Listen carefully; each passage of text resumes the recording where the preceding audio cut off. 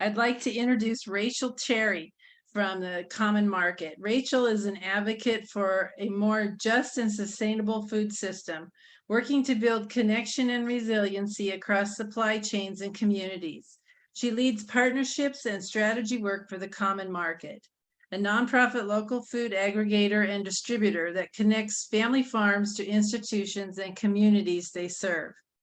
In this role, she builds relationships with food service leaders, community members, and food service justice advocates to create access, build capacity for local procurement.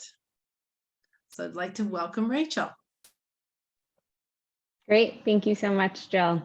And thank you all so much for having me. I'm excited to be here, share a little bit about Common Market, our work, and really this tool and this research project that we embarked on, and some practical applications that we're hoping you all might be able to utilize as you look to advance and consider how to incorporate values like local and many other things into your procurement practices. And so I don't know if everyone is like at a computer or able to unmute or interact or maybe put something in the chat. But I am going to go ahead and share my screen, and just a little cue that they're like at the beginning, I'm gonna ask you to interact with me a little bit if you're willing. So just giving you a second to think about that. But let me share my screen, and maybe Jill, can you just tell me, is this coming through okay? Yes, it is. Okay, awesome. So yes, my name is Rachel. I am our partnerships director here at the Common Market. Really excited to be talking with you all today, and really going to be talking both about our own experiences and this tool that we developed that's called Advancing School Food Procurement, or driving values-based purchasing through competitive solicitations. And this is really a tool that's focused on lifting up innovative examples of formal competitive solicitations to demonstrate and inspire how different school districts are making practical strides in values-based procurement. So that's really what this tool is. And excited to be digging into it a little bit, and also hearing from you, hopefully through the next 25 minutes that we have together.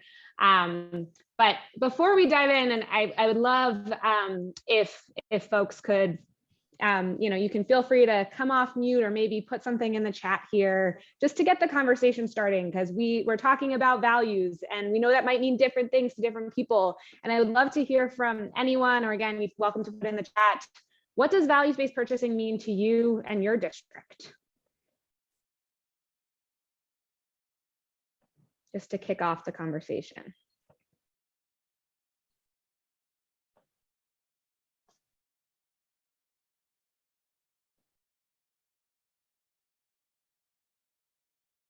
Great, thank you, Jennifer. So high quality at the best cost. So really getting at both, obviously, price as an important factor, but really the quality of the food. Thank you.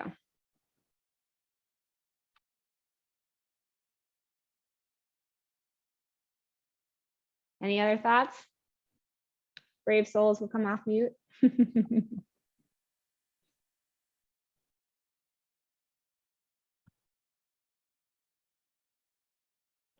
Cool. Well, oh, awesome. Thanks, Michael. So buying in an ethical and environmentally sustainable manner. So getting, I'm hearing here, like getting a bit beyond cost too, and also thinking about the values behind the food. Is it grown or raised ethically? Is the environment that's being supported by those purchases being uplifted and considered?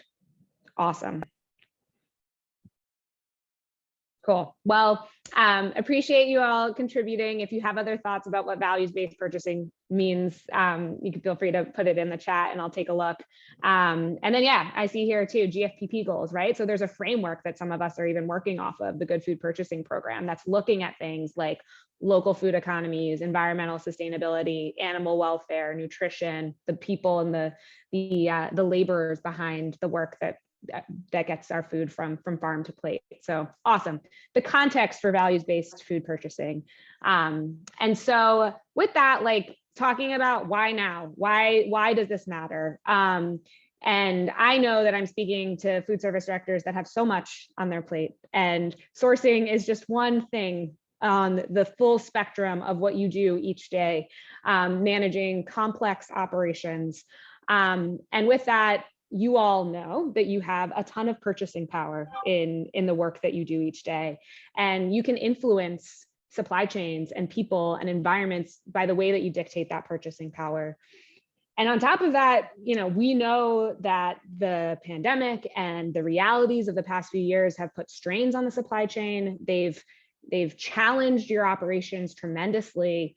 And thinking about how we build relationships with farmers, with vendors, with your partners across the supply chain that go beyond just transactional, but really dig into what is the role that we're playing as a school food operation and the purchasing power that we have to build mutually beneficial relationships that allow you to be more resilient in the face of supply chain disruptions, to have an impact on your local food economy, the people and the communities that rely on that, and to really, thinking about that purchasing power as meaningful investments in those supply chains.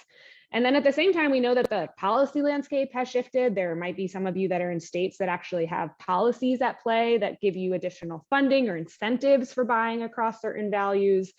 So there's actually like the policy landscape as well as a funding landscape. And we also know that people are starting to ask these questions, and students and families and constituents are asking for some accountability. And so there is not only the day-to-day of what you all do, but the impact that purchasing can have on building more meaningful, resilient relationships across the supply chain, and also responding to this policy landscape, this accountability landscape. It's a lot, and you all are doing so much. And there's also a real focus on how can we support right now an opportunity to start to embed some more of those values into your purchases. And so why am I even talking to you about all of this? So like I said, my name is Rachel. I am with an organization called the Common Market. We are a nonprofit wholesale local food distributor that connects small and mid-sized family farms to institutions and the communities that those institutions serve. Really, our work is about building the connection between small and mid-sized sustainable family farms and regional market opportunities. We exist to make it really easy for food service directors and institutions to source high quality local food with efficiency and aggregation and scale, and then to create meaningful and consistent market opportunities for farmers, really so that we can realize the full value of healthy food system and make it possible on both sides of that spectrum. And so as a local food hub and distributor, we have had a lot of experience working with school districts. We've been in a position where we are looking at potential opportunities to support local sourcing goals and other values-based purchasing goals. And sometimes looking at formal contracts and solicitations and considering is this going to be a good fit for us? Is this a good fit for our farmers? And there have been many times where we've said, this is a great opportunity for some of our producers. And there have been times also where we've looked at contracts and solicitations, and there might be things written in there that make it more challenging for a local vendor like us or the farmers that we support to meaningfully represent and compete in those opportunities. And so it's with that context that we engaged on this project. We have experience sometimes responding to solicitations. We sometimes heard from school districts, hey, we've been writing our contracts the same way all these years. What are you seeing other school districts doing that can allow us to do more local sourcing? This is something we want to do. Just what's out there? What are the examples? And so it's both our own experience as a potential vendor, and also the feedback that we were hearing from people that we want to do this. We have examples, but also I need some inspiration. I need some understanding of what's out there. And so it's with all of that context that we engaged and began this project, really to answer two main objectives. The first, how can contract language and the competitive solicitation process support local sourcing and values-based procurement at large? We know that the way that contracts are written can often be a factor in how procurement and how decisions around purchasing occur. And then we also know that it's a lot more than just the contract language. And so what are the other key factors and processes that allow school food authorities and individuals like yourselves to adopt and maintain those values-based procurement practices? And so this tool that I'm going to kind of highlight throughout the next few minutes here, and we can share as a follow-up to this conversation. Those were the two objectives of this project and really what we were looking to answer through the work. And the way that we did all of that was we reviewed over 50 different public solicitations. We did outreach to some schools that we know had really great contracts, to some of you even, and found publicly available solicitations or solicited some of those and reviewed them. We looked through what was happening in those contracts, what was the ways that the different language was showing up. We also interviewed, we had over 30 different stakeholder interviews with food service directors, with nonprofit entities, with extension agents, with state agencies, really like looking at the full landscape of all the players that we know are involved in supporting you all in the work that you do each day. And also farmers, of course, because those are kind of key stakeholders in all of this as well. And then we did a literature review. We know that like we're not procurement experts here, and also there's a lot of resources out there. And so we wanted to look through all of the literature and kind of understand like what are the best things that can support an individual school district that is looking to use their solicitation and their procurement practice to advance and build opportunities for values-based procurement. So those were kind of the three things that we looked at as part of this project. And just to give a sense of the people and the faces behind it, we had a project lead, Annette Slonim, who is currently the Washington State Farm to School lead within the state agency, within the Department of Ag there. And she was kind of the main project lead on this work. And then we also had some content editors from Harvard Law School, as well as Danielle Fleury, who used to be a Farm to School regional lead. So procurement experts really looking at this and kind of building some more accountability into the research and the findings. And so what did we find? I'm going to spend a little bit of time talking about this, both from the interviews and from the actual review of the solicitations. So first and foremost, we found that there are a wide range of values. I mean, even in the first question that I asked you all, like, what does values-based purchasing mean? We talked about GFPP goals, we talked about quality, we talked about ethical environment and sustainable sourcing. And so there's a wide range of values, and obviously like you're not going to be able to do it all. And so what we heard from a lot of people is there needs to be a process by which you as a school food director and a community prioritize those values. What is most meaningful to you and why? Align on those and then think about the policies that can reinforce that. So we saw lots of really great examples that are also in this tool of having like really exciting stakeholder engagement community meetings where you ask those questions to your community and you start to see like with our food purchases, what are the things that our community really wants us to work on, wants us to prioritize? What are the things that are going to drive participation in our school food program and are going to make more students come and want to eat our food so we can actually drive up our numbers, as well as be accountable to the constituents and the people and the communities that are reflected in our school food community. And so we saw a lot of people talk about the power of wellness policies and actually having some of those values embedded in your wellness policy, being a conduit to actually putting more emphasis and justification for why you're asking for certain values in your solicitation process. And then we saw a lot of reference to the context around city, state, sometimes even school district policies like the Good Food Purchasing Program being a real driving factor for many, or state food, local food incentive programs that are now really gaining a lot of traction that are tying purchases and opportunities around local procurement directly to additional reimbursement dollars for school food authorities. And so really thinking about where am I prioritizing my values, what matters to my community, and then what are also like the systems and the policies that can codify and support any decision making around that.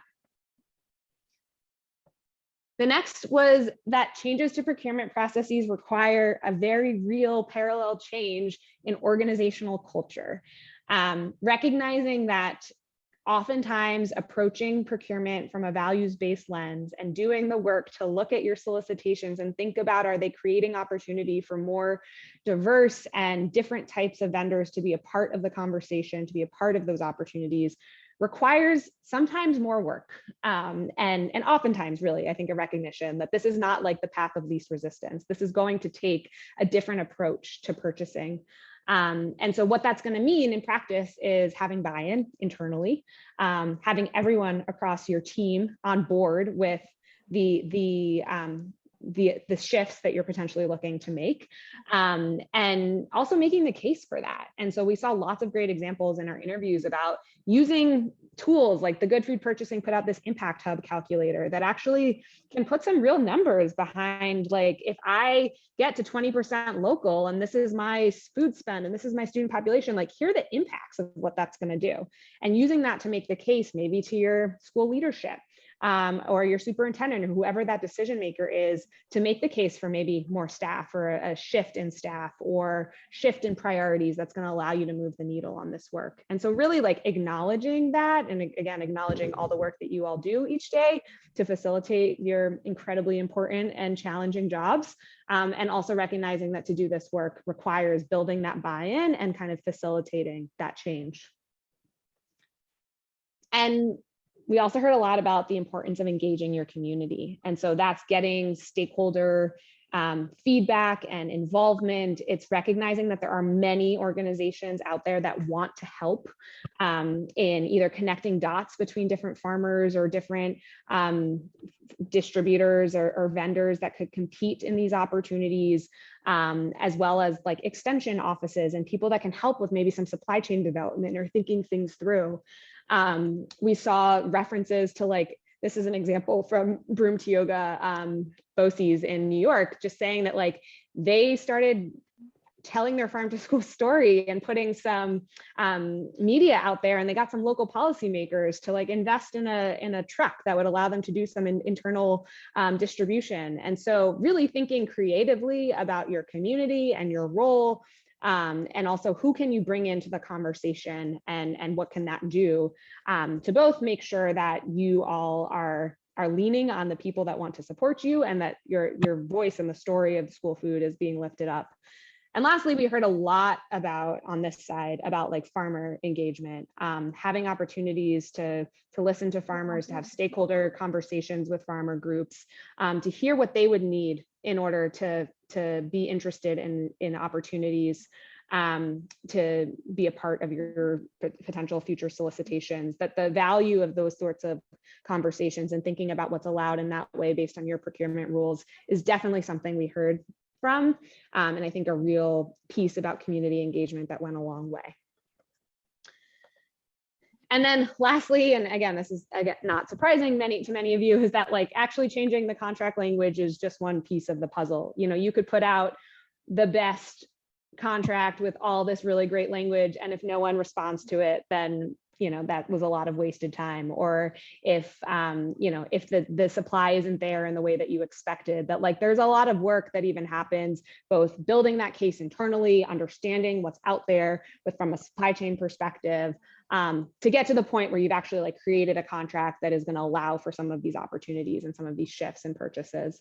And so definitely a recognition that this, like, even what we were soliciting information around within contracts is just one tiny piece of all of the work that goes into this, but obviously is incredibly important at the same time, because it creates the conditions and the structures for different vendors to be able to engage in school food opportunities. And then we found a lot when we actually, like, reviewed the solicitations. We saw a lot of joint themes and kind of best practice that was lifted up. And a big one is that most of the time, especially when we're talking about local sourcing, that solicitations that allowed line by line bidding, or the solicitation itself was for a single line item, or kind of a single program approach, those created opportunities for smaller and non-traditional vendors. You know, there could be a whole host of reasons why one farm or one local food hub or one local vendor could not respond to the whole list of things that you might need for your school food operations. And so allowing line by line bidding is a really clear way to start to allow people to participate in the ways that they can.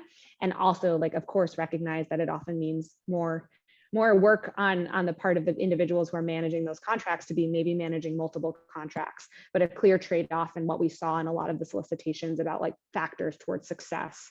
And this is an example we're seeing a lot, and there's actually a lot in the report and the tool of school districts that put out, like, farm to school produce bids or harvest of the month bids. So actually creating, like, full bid structures that are just focused on being able to procure a certain type of food or a certain value of food.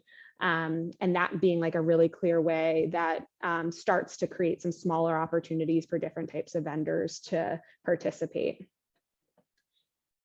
We also saw a lot of like when a value or when something is really trying to be incorporated into a solicitation, that it's clearly defined, and that in every part of every section of your solicitation, that from the technical requirements to the actual product specifications to the terms of the contract, that those values are showing up in all of those places. And you'll see lots of examples in the solicitations where that is very clear throughout, that like it is, there are multiple places where there's reinforcement around this is what we want to see. And that's even in the setup, the questions that we ask vendors, the actual specs and terms of the agreement. And then lastly, there's a lot of work around building accountability into the contract itself. And that comes from, upfront and after, after working with a vendor, data and reporting, which I know is a big challenge, but also something that, I think for some smaller and non-traditional vendors, like a real differentiator of like, they have access to that data. It's actually, they know their vendors, they know their farmers. And so sometimes asking those questions that can sometimes be harder for a big broadliner or a big multinational brand around traceability and transparency. Those are things that are embedded in local and values-based supply chains. And sometimes including those things and having requirements around that level of data and transparency can be real differentiators. And then obviously having the staff and the support to like enforce those pieces is a big finding. And I know also something that's very clear if you're a district that's engaging with GFPP more broadly as well. So now I'm just going to spend a few minutes like showing you what the tool is itself. And then I think we might have like a minute or two for questions at the end. But we talked in the beginning, like what does values-based procurement mean? When we did this, when we engaged in this project, we asked that question to everyone that we talked to. And here are some of the most frequently referenced values, and also the values that you'll see represented in the different solicitations that we reviewed. So it's local sourcing, environmental sustainability, health, nutrition, and safety, equity and diversity being a huge one, educational opportunities, so like connection to farmers, nutrition education, that was really big. Community involvement, support for small, medium, and family farms, so actually looking at farm structure, fair labor practices, and animal welfare. So those were the ones that like really showed up the most in our review. And the report itself can really be, it's broken up into the findings from the expert interviews and the actual solicitation review. Everything in the report, you can kind of click through and see the findings and the information under each, and really, an opportunity to see like different areas. There's a whole section around policy support that I think is really interesting, as well as some additional resources from the literature review. And then once we get to the solicitation section itself, there's the different sections of a solicitation, right? So there's the introduction, there's the questionnaire, the product specs, the technical requirements, and you can go in and you can click into any of the bullets where it really break down some examples or some best practice kind of within each of those sections. And so here's just kind of like the goals and objectives section, really like underlying what generally happens in this piece of a solicitation. And here are some actual examples from bids that we reviewed that did a really great job at like outlining their values within that section. And what you'll see is that there's exactly like real example language that's pulled from the solicitation for you to review. There's also sometimes these little cues of like, this was for a seasonal produce bid, or this was for a meat bid, or this was for a food service management company bid, to kind of pull out some of the main themes. And then within each, everything that's highlighted in green will take you to the link to the actual solicitation. So you can actually see how things were coming up for that district. And then there's also a bunch of sections around best practice. So here was kind of like reviewing all the different product spec sheets and pricing sheets that we saw. Here were some best practices to consider if you're really looking to incorporate values differently in your product spec sheets, and actually getting into the weeds about like, what did we see when many school districts were looking to really hone in on like certain varieties or things that would allow more opportunity for different sort of involvement.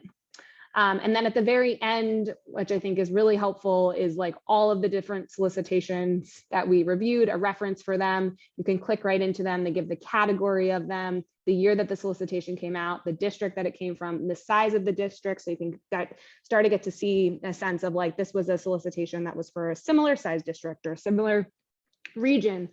as me. And then of course, we're also looking to grow that list and kind of build this database. So you can feel free to reach out, and we would add more of these to the list of resources here.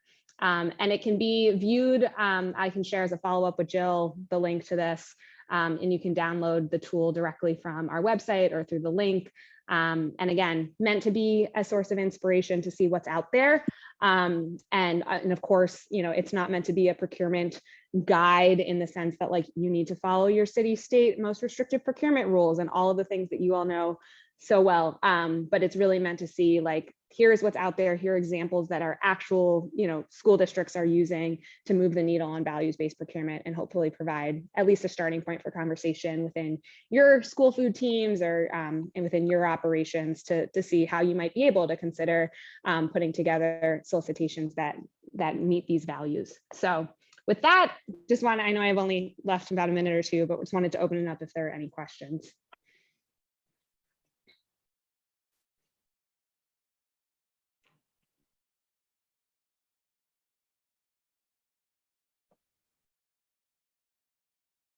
Thank you for sharing the tool, Rachel. It's a great tool and has lots of wonderful information for districts to utilize for their own values-based procurement.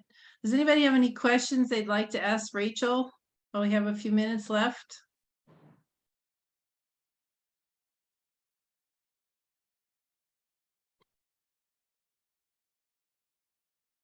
Yeah, this is Michael in Dallas. For once, no questions, but I just want to compliment Rachel. It's a terrific concept and brings a lot of value, I believe, to our procurement model. So I really enjoyed today, learned a lot, and look forward to finding out more in the future. So thank you. Great, thanks, Michael. Awesome. Well, my contact information is there. I'll share the link to the tool with Jill, and hopefully she can share it out with all of you afterwards. And we welcome any feedback on how something like this could be useful for you all in the future. And again, really appreciate the time, the work that each of you do each day, and even the willingness to engage about how we incorporate more values into procurement. And so, thank you so much for having me. Thank you, Rachel. And all of the sessions from the mini series will be recorded and posted through the Alliance website, and we will certainly share the link to the tool. Thank you so much for participating today, and we look forward to seeing you next Wednesday at 3 p.m. Eastern.